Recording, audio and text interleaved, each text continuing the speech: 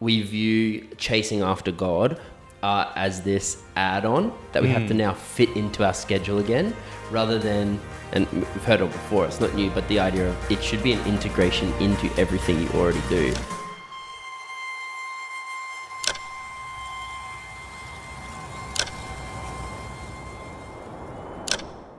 Here we go. Week 2. Let's go. This has been a bit of a weird one because we were meant to do like every week and true. we're committed to it. And then the classic thing happened where you had to go to Sydney because Life happens. apparently it's the Gold Coast and everyone goes to Sydney for the weekend, Well, right? I wouldn't say it's a promised land, but I feel like it has a part of the promised land, which is the wilderness before. And Sydney or the Gold it's Coast? Sydney. I feel like Gold Coast is... Well, okay, hang on. Let's talk about it. If All right. we're going to see revival, Yep. and let's do multiple choice, you have to pick a city that it's going to begin and start in, and it's going to spread out to the rest of Australia. Do you pick the Gold Coast? Do you pick Sydney? Or do you pick somewhere really obscure like Tasmania?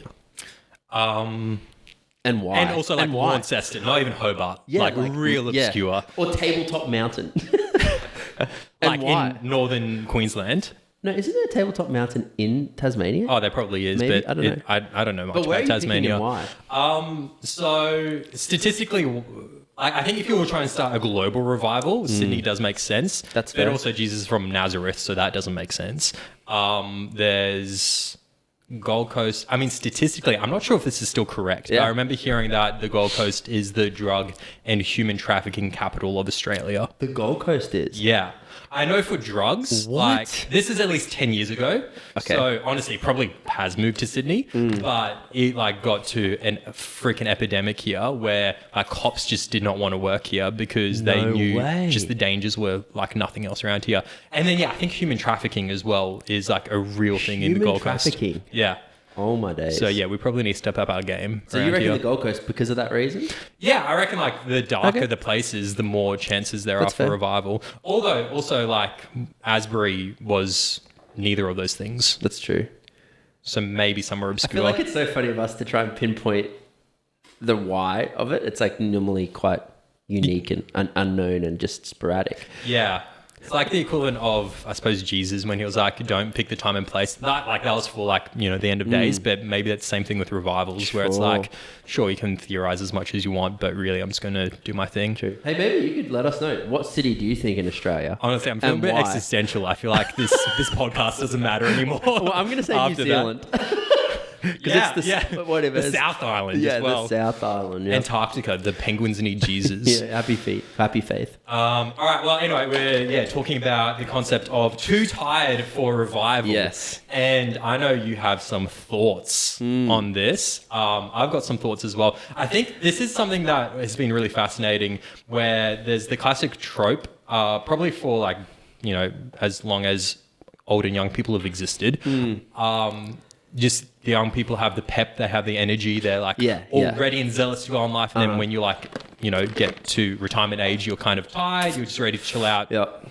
whatnot. So true. But then a fascinating thing I found is over the past few years, it feels like just everyone is tired. Like you can be a 21-year-old and you act like, at least, genuinely like just as exhausted as like an 81-year-old. Like you've just felt like you've experienced so much, you've had so much happen. I remember, and I've got a few theories on why this happened, but I just remember especially like maybe 2021 onwards, like people just around me started just being absolutely exhausted from everything in life, and leisure just became like their ultimate goal. Like the most amount of leisure that they could get was just the one thing that they wanted most out of anything. And then if you try to get them really to do anything more than the basic requirement, or even honestly, if you try to get some to do the minimum, I'm talking like even in a work context. I used to work in retail for years. Like it was a real struggle getting people to even just do the minimum. But that really started, I feel like, only a few years ago, like maybe 6 years ago. People were keen to work. People were keen to go above and beyond to try to, do well. Dude, it's interesting because I feel like the generation before us, maybe the goal of life was to climb the corporate ladder. Yeah. But our generation, it's like the goal of life is to have the best social leisure life where you're like that influencer who doesn't seem like they have to work but can just travel and do all these fun things. And it's almost like both generations maybe can get tired, but ours is like, tired with what? Yeah. You know what I mean? Like, tired with what? Trying to lay on the beach? I just don't quite get it. Yeah, because so this is my I have so many conflicting feelings about this. So I remember during, like, we're going to probably keep bringing up COVID. But one thing that I think is the most annoying thing about COVID is that we just have to keep on bringing it up to explain anyone who's like 30 and under, probably for the rest of our lives, because really between the age of 5 and 25 is probably the most formative years of your life, and all that. Anyway, so yeah, we got to bring it up. But I remember when that started off, obviously most people just stopped working. And so they got insane amounts of free time, like nothing but doing whatever they wanted to do, so long as it was at home or was near their house.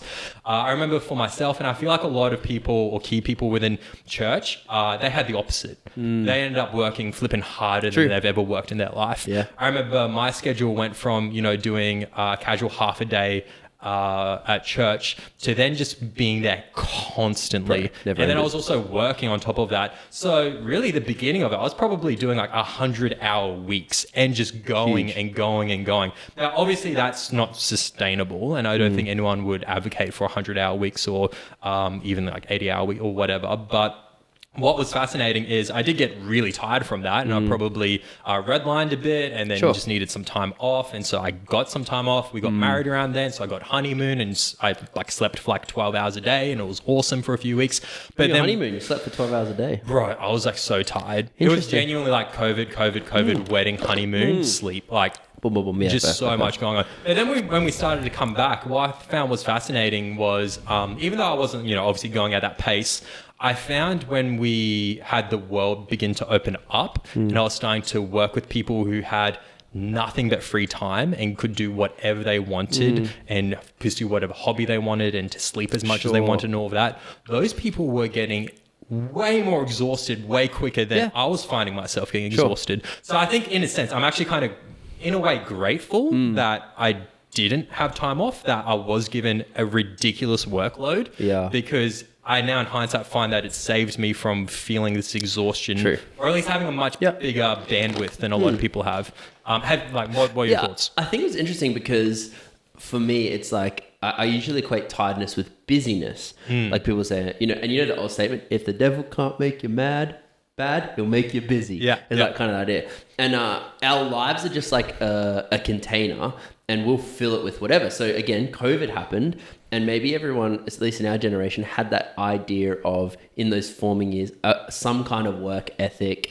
Now, I'm not saying like young people don't know how to work, because I'm also in that young adult category, so don't throw shade at me, but that disrupted our kind of routine enough when it hadn't been established, like maybe people who were 40, 50, 60, who had most of their adult life under their belt. And so we left the work world in the way we knew it, and we could fill it with more leisure. Like I remember like in COVID, like I didn't go into the office anymore. I was the same as you. The office was now my home, as it was for many people. And so I feel like we just filled it with things that didn't actually bring life.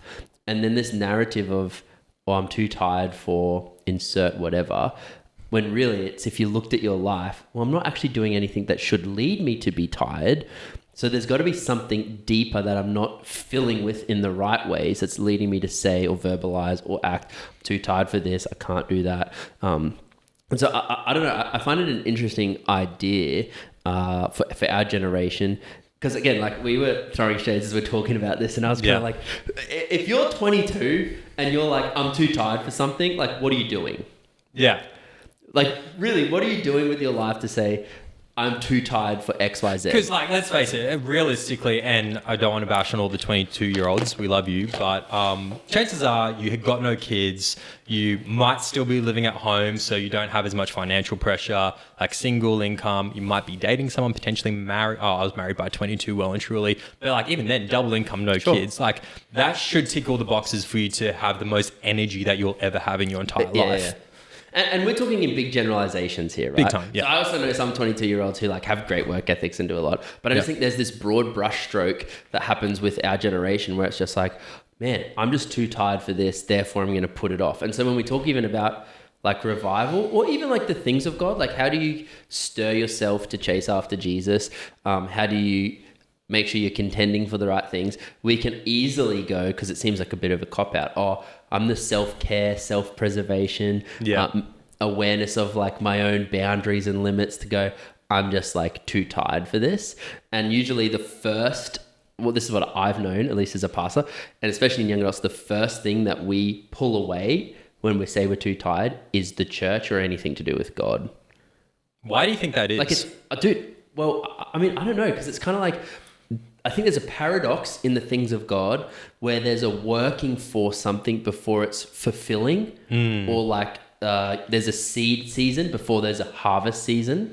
And so I think, whereas like you pick up your phone and you doom scroll, it's like a instantaneous feeling of goodness or refreshment, but then you go away and you go, man, I do not feel healthier. I do not feel better. I do not feel more energized. If anything, I feel more in that spiral of wanting to do less and feel like I have no free time. And so I think it's that paradox of you got to work a little bit in the things of God before you do reap that harvest season. So I think that maybe, I don't know, what do you think? Yeah, I think as well, because we saw, I suppose a lot of people maybe have their lives catch up with them when they slow down, or even when it comes to following God. I think there is an element where, in one sense, God does call us to slow down the pace of our life in regards of make sure that we're filling it with quality, not quantity. Sure. And so I think that maybe is the ultimate challenge, is because it is easy to just doom scroll for 3 hours, but that's a lot of quantity and very minimal quality. And so I think when we start to receive the quality of scripture, of attending church, of doing like these disciplines, it probably makes us realize a lot of the dysfunctions that are within us. Sure. And that's, I think, where that work comes in, because God will start to reveal, hey, just so you know, you probably, spend too much time doing this, or you could be more loving in this area, or maybe you should actually give more time towards the church, or like things like that can start to come up. But that's really confronting. And this is probably the easiest time to run away from anything uncomfortable. There is a plethora of options to do that. Absolutely. So it's not like there's really anyone forcing you to pursue the things of God. It to a very large extent has to be you who does that. But then, it becomes work all the more. And then I want to kind of commend, there are people who still rock up to church consistently. Yep. They've kept on doing this. Absolutely. However, they're probably still feeling the tightness in themselves. For sure. And so when we start talking about, really, let's just say any extracurricular activities like attending a life group or serving or, actually, praying and interceding into your week and into your world, even that alone can, I feel like there's just a gut reaction of going, but I feel like I'm already doing enough. Yeah, well, I think this is a good point, because I think what happens is we view chasing after God as this add-on that we have to now fit into our schedule again, rather than, and we've heard it before, it's not new, but the idea of it should be an integration into everything you already do. Yeah. So it's like, okay, when I'm praying, it's not now that I have to find another 2 hours in my life. It's just that I find pockets of how do I bring God into the journey. So it might be from walking from the car into the office space. All right, I'm just going to spend a minute and a half praying. Or when I'm driving home, I'm just going to spend 2 minutes praying. Or I think it's Smith Wigglesworth says, I never pray for more than 30 minutes, but I never go for more than 30 minutes without prayer. And so it's that idea of like, I'm not trying to pray for long periods of time. I just don't want to go for long without praying, or whatever that, insert that discipline. And so I think that is a habit, because or a wrong thought that our generation can maybe think of, okay, well, I've got to compartmentalize my Jesus. And so I got to find more time in my schedule when I want to socialize, when I want to live life and I'm young, I want to have experiences, which are all good things. Like, let's not deny that. But then the byproduct of that is we can go, oh, well, I don't want to have to forsake some things at the expense of doing the God thing.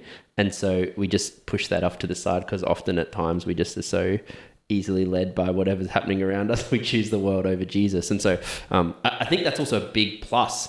And is to integrate those things into our lives rather than feel like we have to add it on or find more space or carve out more time or find this. And so I think that can actually change at least our perspective on how we can just be like, okay, I want to bring Jesus into everything I'm already doing as at least a starting point. Yeah. But how do you think you can have the presence of mind? Because I think that's a really nice thought to have, Okay. but then you can go through your entire work day, you're driving home or you're going to bed and you're like, I haven't talked to God this entire day. It didn't even cross my mind. It wasn't even I was disobeying. It genuinely didn't even come across my mind. Yeah, well, dude, that's a good question. I remember I did carpentry for 2 years, and when we talk about the discipline, it's like that self-leadership concept of like you almost have to. It has to be I think we've heard this before. It has to be a discipline before it's a delight, and so it's like I just have to somehow get on my mind a trigger or something that pulls me into that zone where I'm going, okay, God, I'm just going to choose you. So when I did carpentry,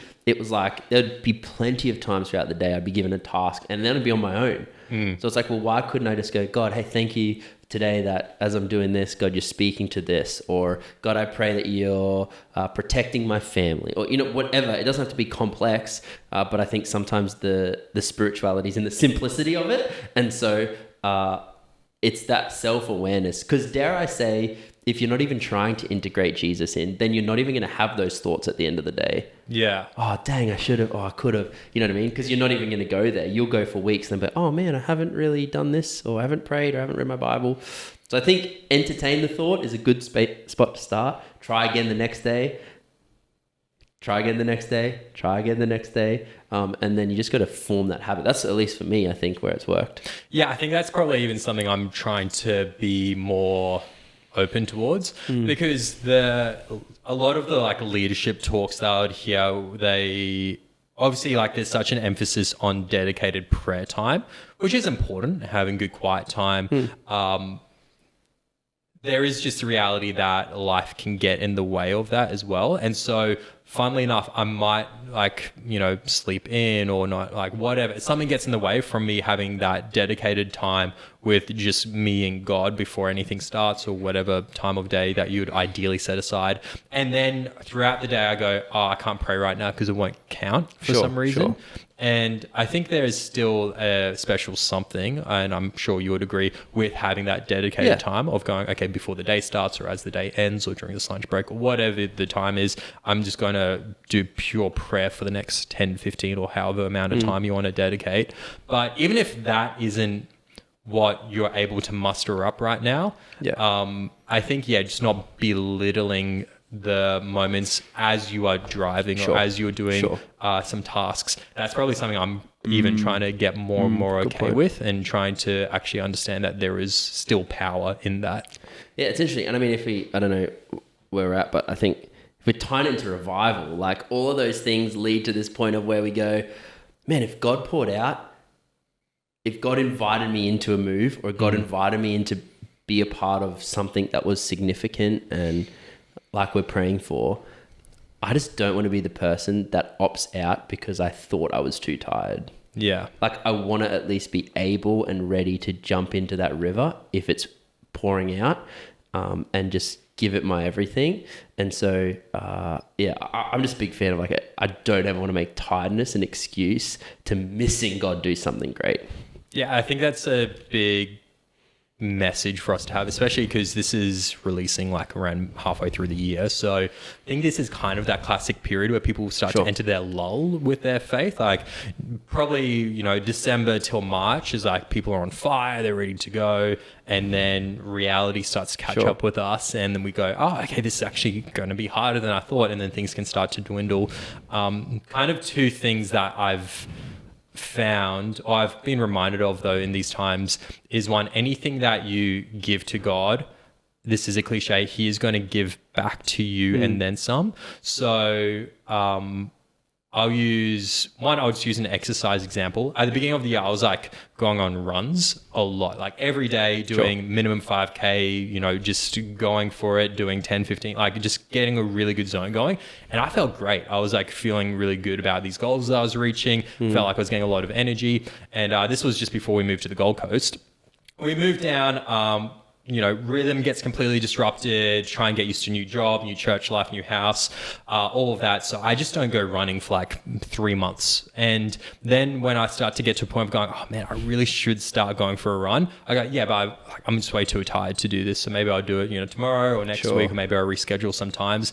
Like last week, I finally got to a point of going, I just got to do it. Like, let's just go for it. And so go for a short run. I get back, and then one thing I forgot was, the reason why I got into running is because I found it gave me more energy than the energy I was expelling doing it. So I was a little bit more tired maybe immediately after, but for the rest of the day, I felt great and I felt full of energy. So the reason why I started it wasn't because I was trying to keep on taking away from the minimum reserves I felt like I had. It was because I was trying to add into that. Another example with this in prayer, when Levi was born, this was maybe like a month after he was born. This very well. Like, you think you know what tired feels like, and then you have a kid, and then you have a kid. And then you go, how's it physically possible for you to feel this level of tired and not be dead? And we got well and truly into the throes of that. It's 4 weeks in, we hadn't slept for that entire time. And then I just got this prompting from God to go, I want you to start praying uninterrupted for an hour every day. Wow. And I was like, God, this isn't the time for you to be asking me to do this. I am so exhausted that it hurts to open my eyes. Like, how could you expect me to do that? So no, just give it a shot. Trust me. So that meant like I had to wake up, at least an hour before everyone else was waking up. Levi wasn't sleeping through the night. So really I was only getting like 2 hours of sleep. I get up, I found like this program where it was like, 6 minutes, pray for this, 6 minutes, pray for that. And then before you know it, it just makes the hour a little bit easier to go by. And so I went through it and I started to find once again, I've actually got more energy for the day. Now, I was still tired. Sure. It wasn't like, I felt like how I felt as a 16-year-old when I could just, sleep for 11 hours a day and it was great.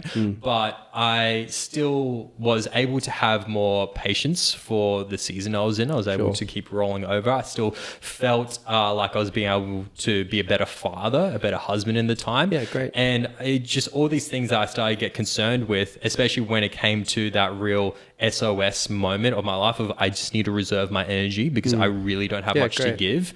That ended up becoming a bit more full than I was expecting it to because I got rid of an hour of sleep and supplemented it with prayer. Now, that was just for that period of time. And to be honest, it only lasted for maybe 3 weeks. Most of the time, Levi would wake up 20 minutes in and then it was incredibly disrupted and it wasn't glorious at all. It felt very, very earthy and very honestly staggered. But I now in hindsight go, man, God was able to do something incredible in that time, and I don't think I actually would have gone through that as well as I did if it wasn't for that time. That's great.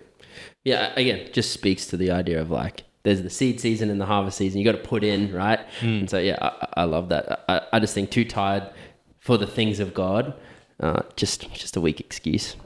Yeah. And I think, honestly, that could be the brutal ending to this. It's tricky because when people are typically feeling tired, you don't want to drive that in and just go try harder, work harder because, we had hustle culture for a while and that obviously had its negative impacts. There's also probably some truth to that is that some work ethic, like you can trust that you will receive what you put into something. And especially when it comes to things of God. And who else could we trust other than God to do that for us? Correct. Love it. Good convo. Awesome. Well, I guess that's us finished with this one. I think next week we're talking about, what was the wording again? It was, do we expect a conference to bring revival? Yeah, that's really a good excited. one. I'm looking forward to that. I'm excited for that. Great. See you then.